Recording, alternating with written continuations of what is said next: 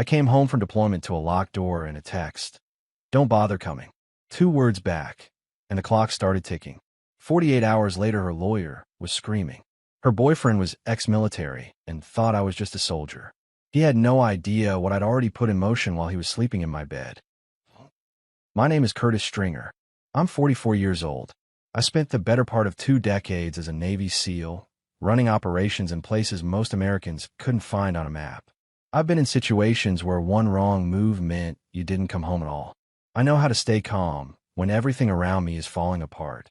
I know how to read a situation, assess the threat, and execute with precision.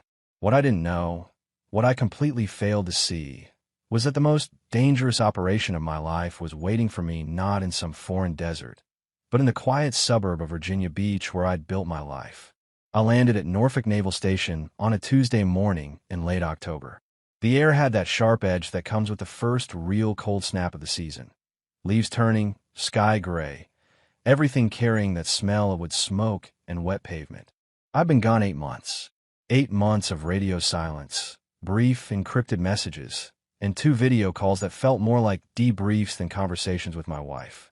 I reached for my phone the moment I was clear of the terminal. I expected something from Naomi, a time she picked me up, maybe a text saying the kids were excited to see me. Colton was 19 now, home between semesters. Eastlaw was 17, sharp as a tack, and never one to hide her feelings. What I got instead stopped me cold. The locks have been changed. Don't bother coming to the house. It's over. The kids know. I read it twice. Then a third time. Around me, other guys were getting bear hugs from wives and girlfriends, kids running across the tarmac, people crying happy tears. I just stood there with the phone in my hand, the crowd moving around me like water around a stone. A dozen responses ran through my head. Anger, demands, questions, pleading. I typed 2 words, as you wish. Anyone who knew me understood what that meant. It wasn't surrender. It wasn't indifference. It was the calm before a very deliberate storm. In the teams, I'd earned a reputation for going completely quiet right before a complex operation. The quieter I got, the more focused I became. Naomi had seen that stillness exactly once before, when a contractor tried to defraud us on the house renovation 3 years ago. That man ended up repaying every cent plus damages. She should have remembered that. I didn't call her back. I didn't try to reach the kids. Instead, I picked up my duffel, walked to the cab line, and made 1 phone call. Lorraine Stokes. Lorraine, it's Curtis Stringer. I need you today. A brief pause. Then her voice shifted into that crisp, business-like register I'd come to trust. How soon can you be in my office? 45 minutes. I'll have coffee waiting. Lorraine Stokes was one of the most respected family law attorneys in Virginia Beach, and one of the most feared. She had a way of walking into a courtroom that made opposing counsel visibly recalibrate. I'd gotten her name from a fellow SEAL whose divorce had nearly buried him financially before Lorraine turned the whole thing around in 60 days. I'd stored her number in my phone 2 years ago, during a particularly bad stretch of Naomi silences. I'd hoped I'd never use it. Her office was on the 14th floor of a downtown high-rise, all clean lines and polished surfaces. She was already standing when I walked in, taking in my uniform, my expression, the set of my jaw. Tell me everything, she said, sliding a coffee across the desk. I talked for 20 minutes straight. The deployment, the text, the 2 words I'd sent back. She listened without interrupting, making small notes on a legal pad. When I finished, she set her pen down. You've been planning for this possibility. I've been hoping against it, I said. But yes. She studied me. Most men in your position want to know if they can save the marriage. I want to know what my options are, I told her. And I want to know them before she realizes I'm already 3 moves ahead. Lorraine allowed herself a small, tight smile. Then let's get to work. By the time I left her office 2 hours later, a series of legal and financial actions had been set in motion, timed, sequenced, and precise. Outside, I pulled out my phone and made a second call, this one to Boyd Carver, a private investigator I'd used once before for a background check on a tenant at a rental property I owned. Boyd, I need eyes on my house. Starting tonight. How long you been back? 4 hours. A low whistle. That bad. Possibly worse, I said. I need to know who's coming and going. Names, plates, times. Everything. I'll have something for you by morning. I checked into a hotel near the waterfront, and sat on the edge of the bed for a long time, staring at the wall. The room was quiet. Outside, the harbor lights reflected off the dark water. I thought about Colton and Isla. I thought about the text. I thought about what Naomi had said to the kids. They know, and what exactly that meant. Then I put the phone face down on the nightstand, lay back, and closed my eyes. I had work to do, and I always slept well before an operation. Boyd Carver called at 6:47 in the morning. I was already up, dressed, sitting at the small desk by the window with a cup of bad hotel coffee and a legal pad full of notes. "You're not going to like this," he opened with. "I didn't expect to," I said. "Go ahead." Boyd had been watching the house since just after midnight. At 9:14 p.m. the previous evening, before he'd even set up, a silver Audi Q7 had pulled into my driveway. The driver was male, mid-40s, well-dressed even at that hour. He'd walked to the front door without hesitating. Naomi had opened it before he knocked. "He stayed 4 hours," Boyd said. "Left at 1 in the morning." I ran the plates. Vehicle is registered to a Wade Phillips. Age 46. Listed address is a condo in Chesapeake. I wrote the name down and underlined it. "How comfortable do they look together?" I asked. "Like people who've been doing this a long time," Boyd replied. "No nervousness, no looking around. Completely at ease." That told me everything I needed to know about the timeline. This wasn't a recent development. This had been going on while I was 8 months overseas, running operations and trusting that my family was intact. "I need everything on Phillips," I told him. "Employment, finances, prior relationships. Whatever you can find." "Already started. I'll have a full profile by end of day." I sat with the name for a moment after hanging up. "Wade Phillips." I said it aloud once, the way you repeat a call sign to make it real. Then I flipped to a fresh page on the legal pad and started mapping out my next moves. At 9 a.m., Lorraine's paralegal called to confirm that the first wave of legal actions had been filed: a formal notice of contested divorce, a motion to freeze joint financial accounts pending asset disclosure, and a lien flag on the property to prevent any sale or transfer without court approval. Clean, quiet, and already in motion before Naomi had poured her first cup of coffee. The response came faster than I expected. My phone rang at 10:23 a.m. unknown number. I let it go to voicemail. The message that followed lasted 47 seconds and featured a man identifying himself as Raymond Bolt, attorney representing Naomi Stringer, who informed me in a voice climbing steadily toward a shout that I had, and I'm paraphrasing here, absolutely no legal right to freeze those accounts, that my actions constituted financial harassment, and that he intended to have every filing reversed by end of business. I forwarded the voicemail to Lorraine without comment. She called back in 10 minutes, sounding almost amused. "He's loud," she observed. "He's scared," I said. Loud and scared are usually the same thing. The freeze holds. His motion to reverse will take at least 2 weeks to be heard, by which time we'll have full financial disclosure on record. He knows that. That's why he's shouting. She paused. "You should know Naomi called the family accounts hotline this morning trying to move funds." The flag stopped it. I felt something settle in my chest. Not satisfaction exactly, more like the solid click of a mechanism engaging properly. "Good," I said. That afternoon, Boyd delivered his preliminary report on Wade Phillips in person, sliding a manila folder across the coffee shop table between us. I opened it and read without speaking. Phillips ran a mid-sized private security consulting firm with federal contracts. Clean record on the surface.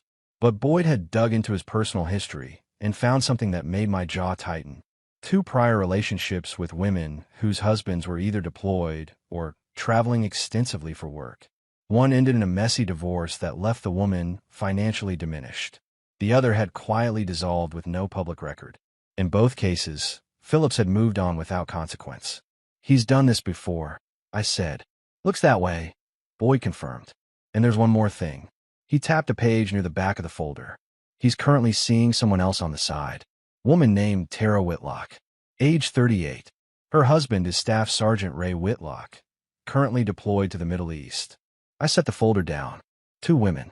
2 absent husbands. One man running the same play twice simultaneously, and apparently not for the first time. "I want Tara Whitlock's contact information," I said quietly. "But don't approach her yet. Not until I'm ready." Boyd nodded. I drove back to the hotel as the sun was going down, the sky over the harbor turning that deep bruised orange that comes before a cold night. I thought about Ray Whitlock somewhere overseas. No idea what was happening at home. I thought about my own kids, Colton, Isla, and what Naomi had told them. They know. I was going to find out exactly what that meant. I opened my laptop and pulled up a search for Wade Phillips. The quiet before an operation never lasted long. Boyd's full report on Wade Phillips arrived at noon the following day, and it was worse than I'd expected. Phillips hadn't always run a security consulting firm. 12 years ago, he'd worked as a private military contractor, overseas logistics and personnel management for a defense subcontractor out of Tampa. He'd been let go after an internal audit flagged irregularities in billing, inflated invoices, ghost personnel on the payroll, funds routed to shell accounts. No criminal charges were filed. The company settled quietly to avoid the publicity, and Phillips walked away, regrouped, rebranded, and rebuilt. I sat with that for a long moment. A man who'd stolen from his employer, faced no real consequences, and moved on to find easier targets. Military wives. Women whose husbands were gone for months at a time, navigating everything alone, vulnerable in ways that were invisible until someone decided to exploit them. That evening, Boyd confirmed what I already suspected about Naomi's Instagram account, something I hadn't looked at in months because I didn't use social media during deployments. I pulled it up on my phone and felt my stomach turn. The account had over 6,000 followers. The bio read, Navy wife, raising our kids, waiting for him to come home. Post after post, carefully curated. Naomi at community events, photos of Isla at school plays, Colton at his college orientation, captions full of phrases like missing my sailor and grateful for this military family community. Donations links in 3 posts, labeled as fundraisers for military spouse support groups. I clicked through. Combined, they brought in over $4,000. She'd been performing loyalty for strangers on the internet, while Phillips was parking his Audi in my driveway. I closed the app and set the phone face down on the desk. The next morning, I drove to the athletic complex at Virginia Wesleyan, where Colton trained with a club lacrosse group on Thursday mornings. I hadn't announced I was coming. I parked where I could see the entrance and waited. When Colton came through the doors, duffel over one shoulder, he saw me immediately. He stopped. His expression ran through surprise, confusion, and something that looked painfully close to relief before he put a wall up over all of it. Dad. His voice was flat, careful. Hey, son. I kept my tone easy, giving him room. You look good. He walked over slowly, like he wasn't sure of the ground between us. Mom said you weren't coming back, that you decided a clean break was better. He met my eyes. She said you didn't want to see us. The words landed like a fist. I kept my face neutral. That's not true, I said. Not one word of it. Something shifted in Colton's expression, a tightening around the jaw, the look of a young man recalibrating something he'd built his anger around. Then why weren't you here? You've been back 4 days. I had to get some things in order first. Legal things. I paused. I needed to make sure I could actually be part of your life before I made promises about it. He stared at the pavement for a moment, then nodded once, slow, reluctant but real. Isla's been asking about you. She acts like she's not, but she has been. I know, I said. I'm going to fix this, Colton. Both of you.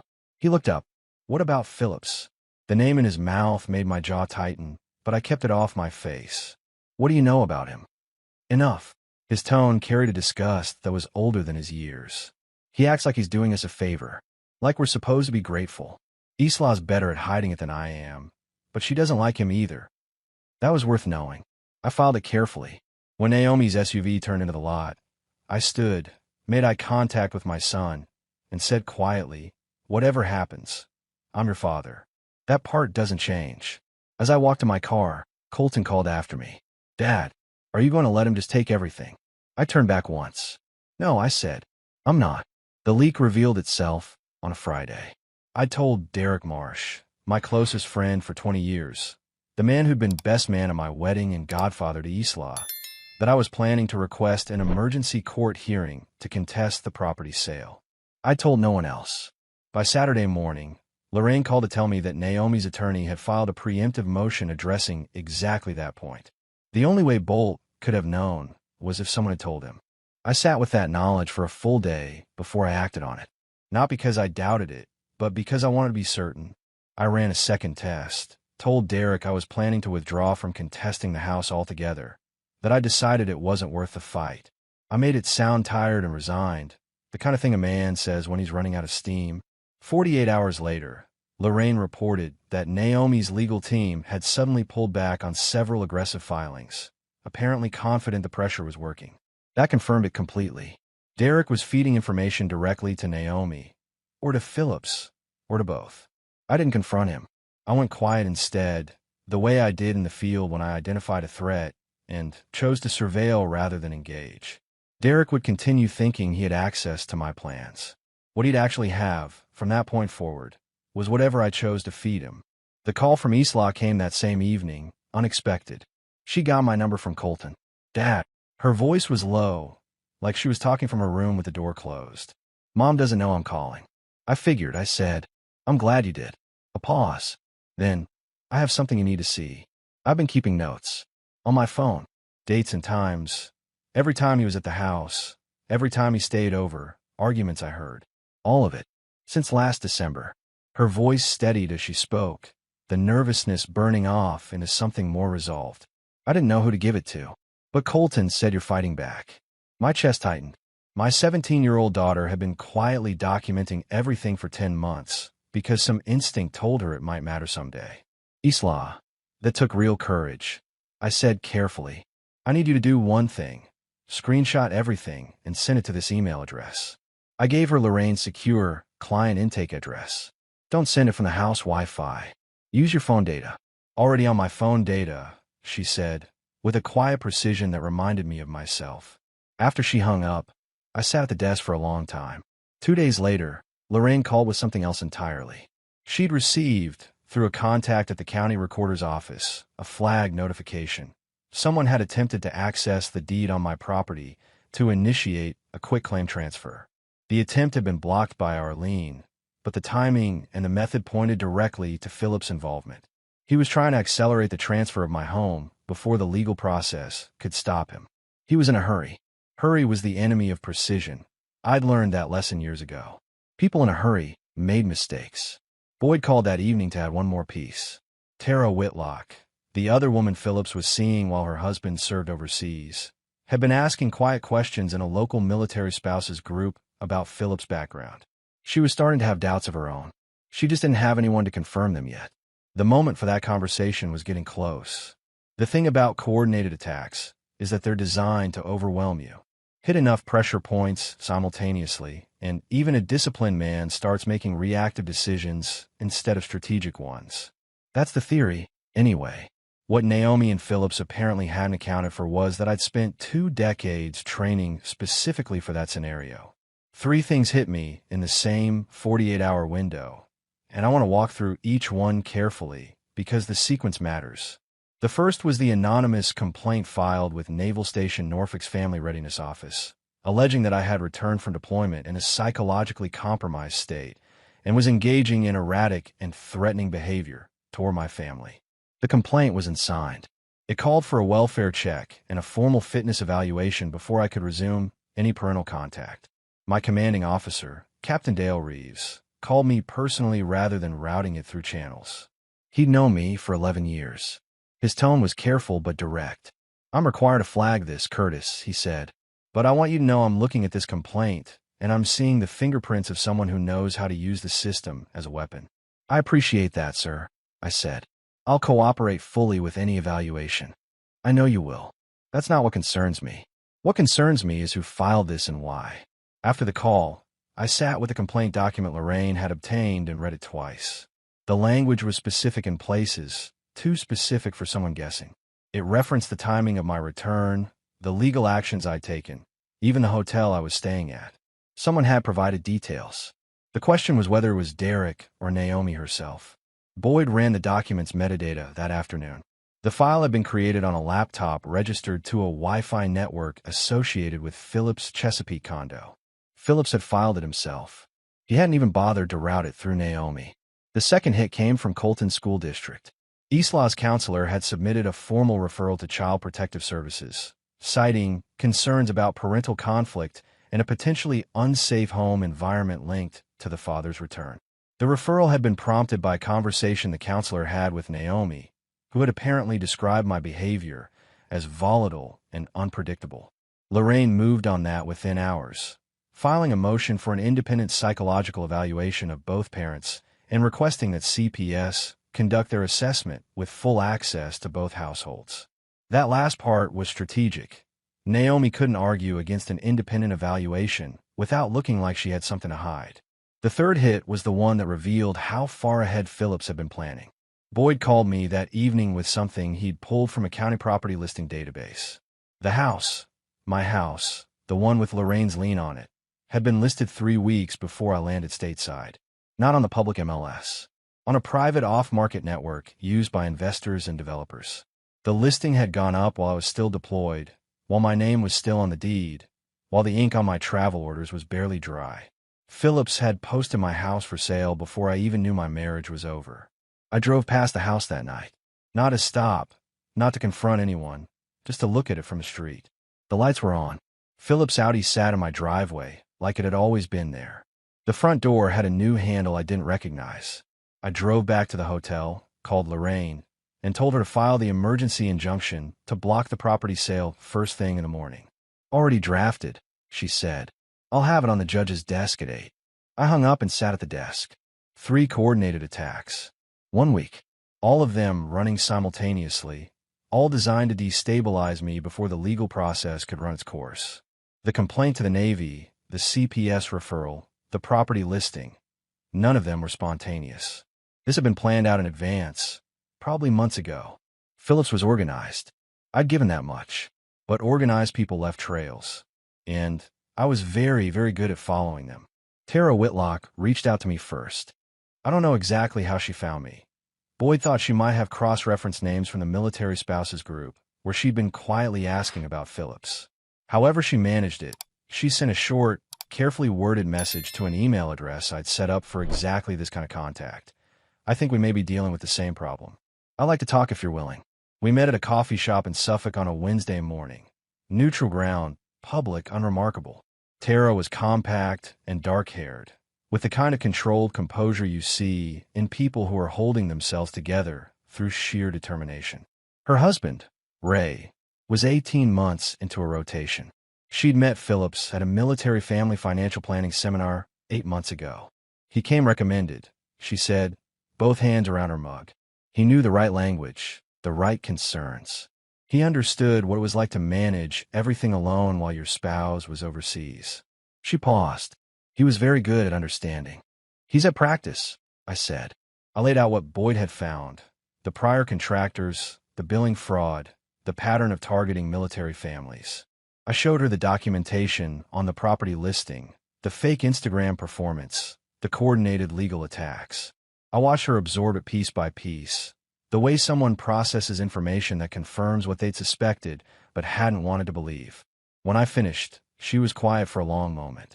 My name is on a financial document I signed 2 months ago, she said finally. He told me it was a joint investment vehicle, a way to grow the savings while Ray was gone. I didn't have an attorney review it. Do you have a copy? She pulled a folded paper from her bag and slid it across the table. I photographed it and sent it directly to Lorraine. You need your own attorney, I told her. Today, not tomorrow. And you need to tell Ray. I know. She looked out the window. I kept telling myself I was overreacting, that I was just lonely and reading into things. Her jaw tightened. He told me Ray probably wouldn't understand, that men like Ray, military men, tended to overreact to things that were perfectly innocent. That was the tell. That's always the tell with men like Phillips. They preemptively undermine the husband before he can arrive to ask questions. Ray's going to understand exactly what happened, I said. And so will a judge. Boyd had located a secure way to get a message to Ray Whitlock through official channels. And I'd already set that in motion before the meeting. Ray deserved to know. Same as I deserved to know. The fact that nobody had told me was exactly why I was making sure someone told him. After Tara left, I stayed at the table for a while and thought about the shape of what we were building. 2 complainants. Financial documentation across multiple victims. A prior record of misconduct. A property listing that proved premeditation. A CPS referral traced back to Phillips' own initiative. A fitness complaint filed from his personal laptop. Lorraine called as I was walking back to my car. The emergency injunction was granted this morning, she said. The property listing has been pulled. No sale, no transfer, nothing moves without a court order. Good, I said. There's something else. The CPS evaluation came back. The investigator spoke with both children. Isla told the evaluator, unprompted, that her home environment had been tense since Phillips began spending time there, and that she felt more comfortable with her father. A brief pause. The referral has been closed as unsubstantiated.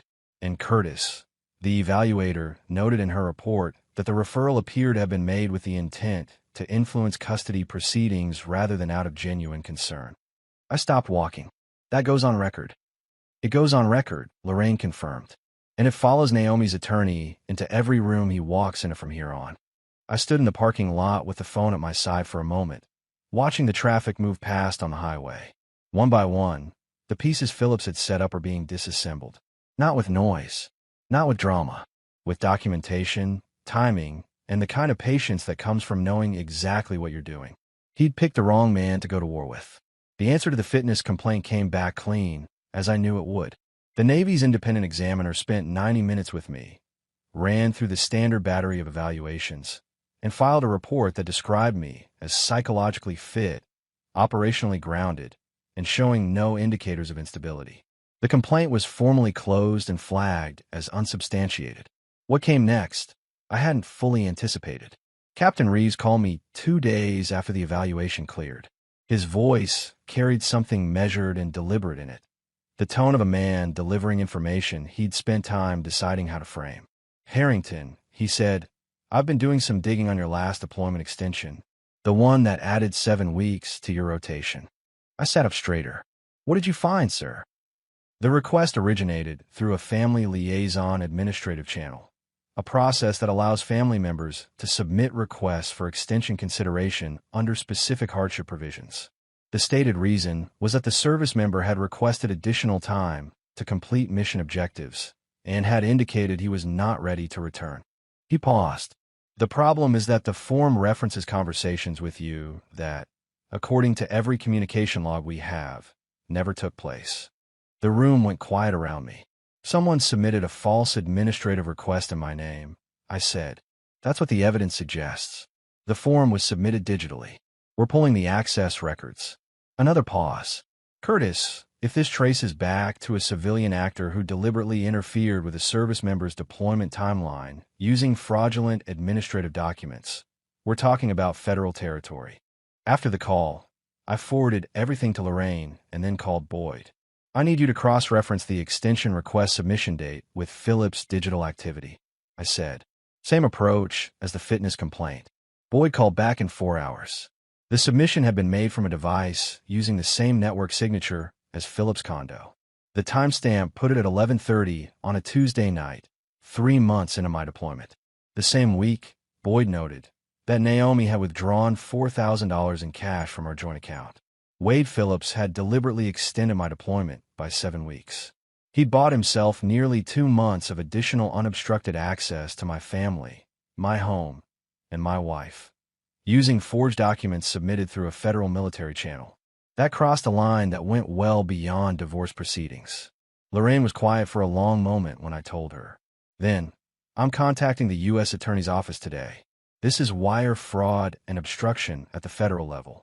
Phillips just handed us something that no family court judge can touch. This goes above all of it. That evening, I drove to Derek's apartment. I didn't call ahead. I knocked twice and waited. When he opened the door, the look on his face told me he already knew why I was there. He stepped back automatically, which was answer enough. I didn't raise my voice. I didn't need to.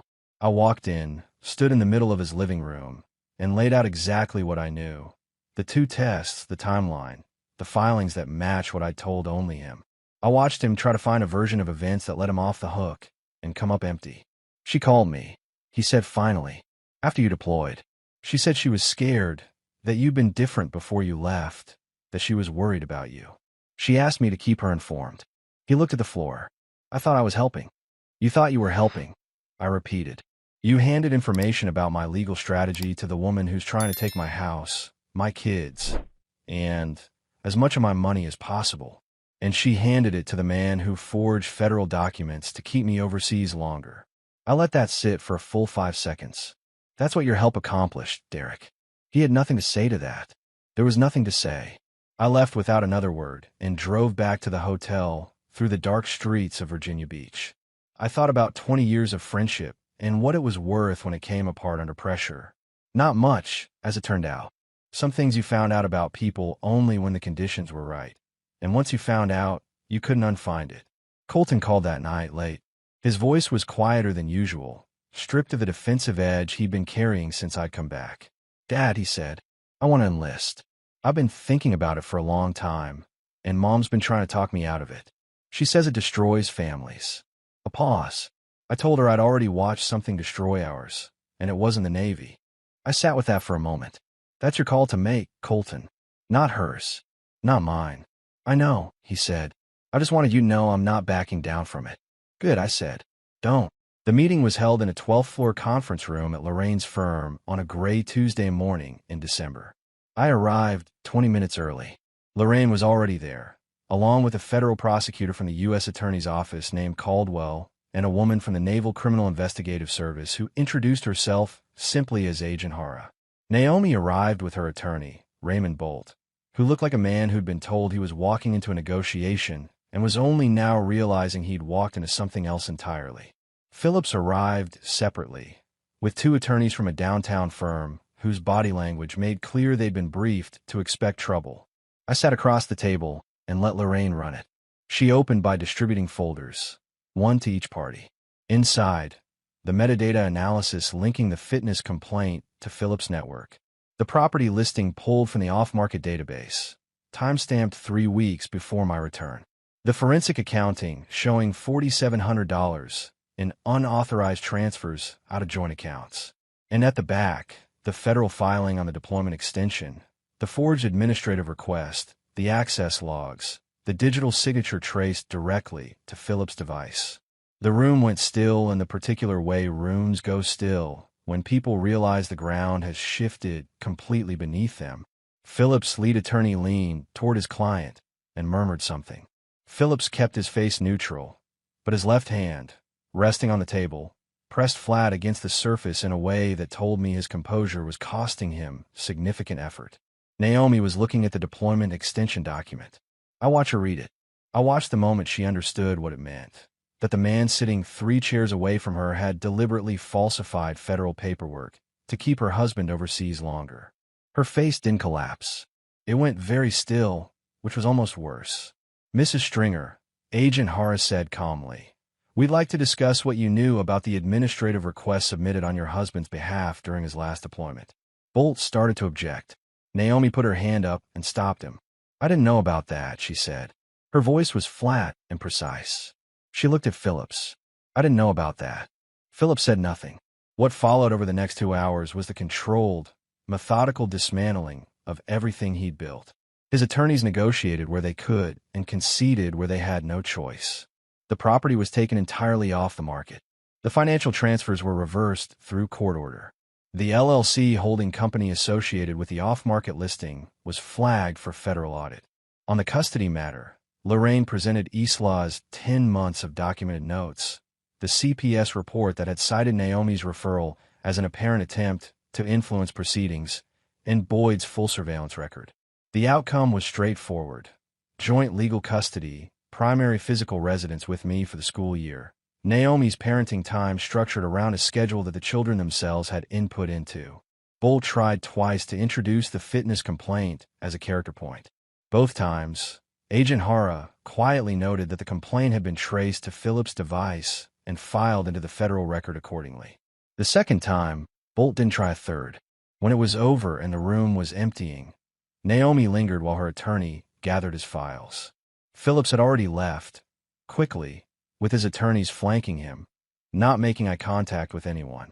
She looked older than the last time I'd seen her. Not in years, in something harder to name. Like certain things had been stripped away and hadn't been replaced yet. "The Instagram account," she said. "The fundraisers. I want you to know I actually believed I was helping people." "I know," I said. "You believed a lot of things that weren't true." She absorbed that without flinching. The kids, they'll be okay. They'll be better than okay, I said. They already are. I picked up my copy of the settlement documents, nodded once to Lorraine, and walked out into the December cold. The harbor was slate gray and flat. A Navy vessel was moving toward open water in the distance, running lights faint in the morning overcast. I watched it for a moment, then turned toward the parking garage and walked. The federal case against Wade Phillips moved faster than most people expected, but not faster than it deserved to.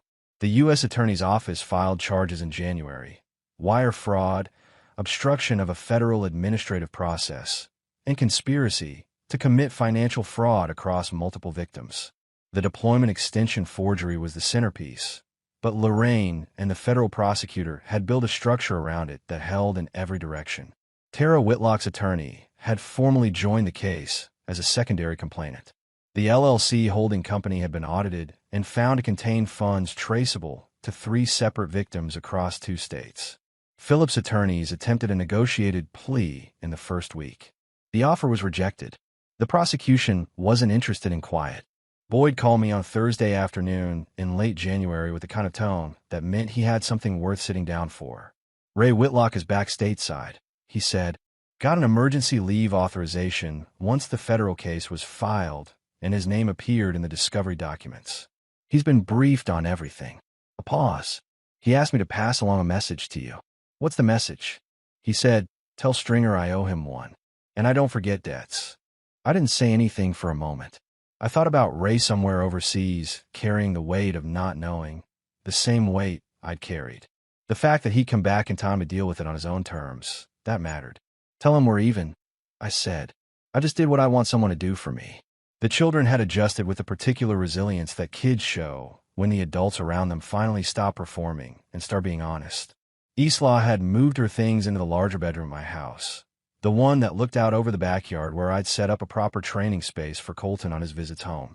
She'd also, quietly and without announcing it, deleted Naomi's Instagram account by contacting the platform directly and flagging the military donation posts as fraudulent solicitation.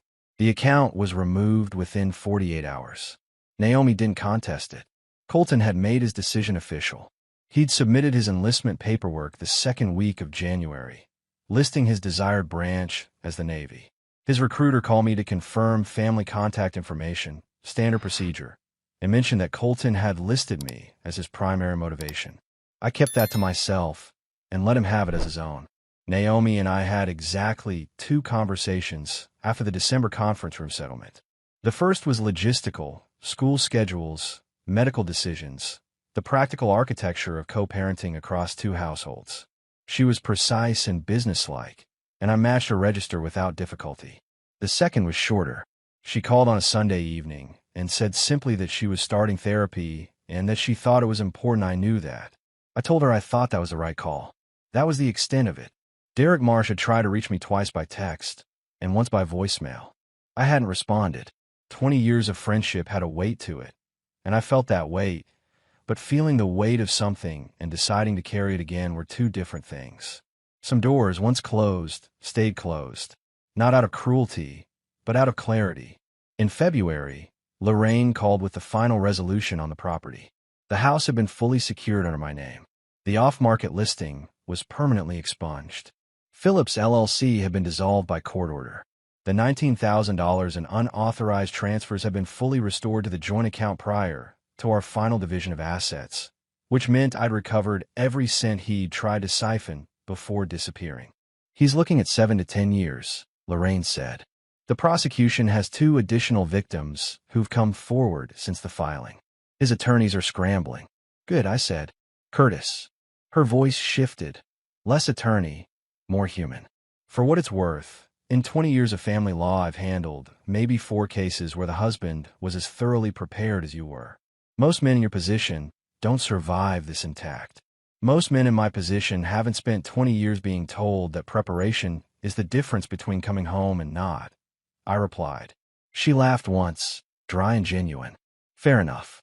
Spring came to Virginia Beach the way it always does, tentatively at first, then all at once, the forsythia going yellow along the fence lines, and the harbor losing its winter flatness and showing some color again. I was running my usual route along the waterfront on a Saturday morning in March, when my phone buzzed in my vest pocket. I slowed to a walk and checked it. A text from Colton. Passed everything. Ship date confirmed. August 14th. I stopped on the path and read it twice. Then I typed back. Proud of you. Call me tonight. 3 seconds later. Already planned on it. I put the phone away and kept walking, hands in my pockets, the harbor moving gray-green to my left. I thought about the morning I'd landed at Norfolk and read Naomi's text on the tarmac, the cold certainty that had settled into me in the place where the shock should have been. I thought about the 2 words I typed back and what they'd set in motion.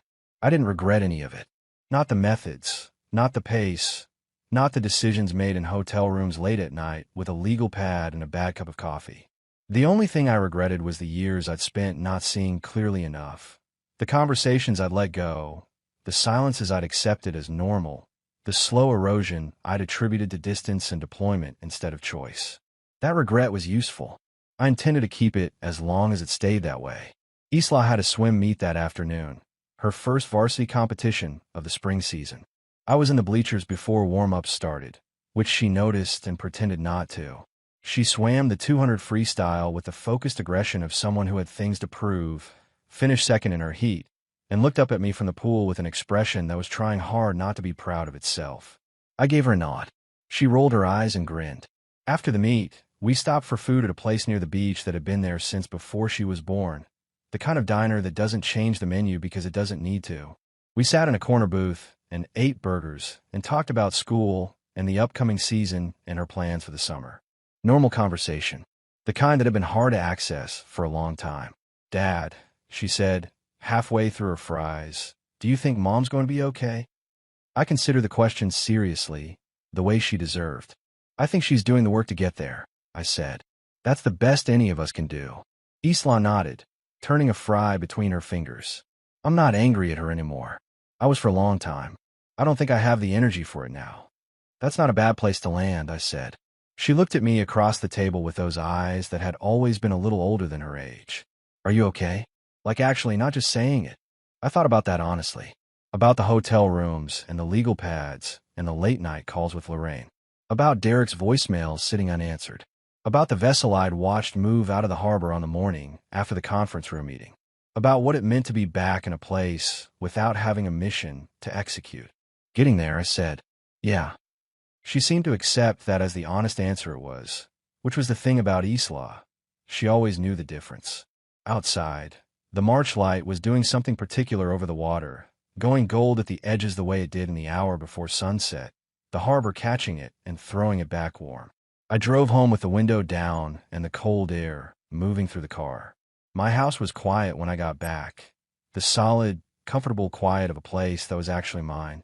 I made coffee, sat at the kitchen table, and looked out at the yard where the first grass of spring was coming in along the fence line.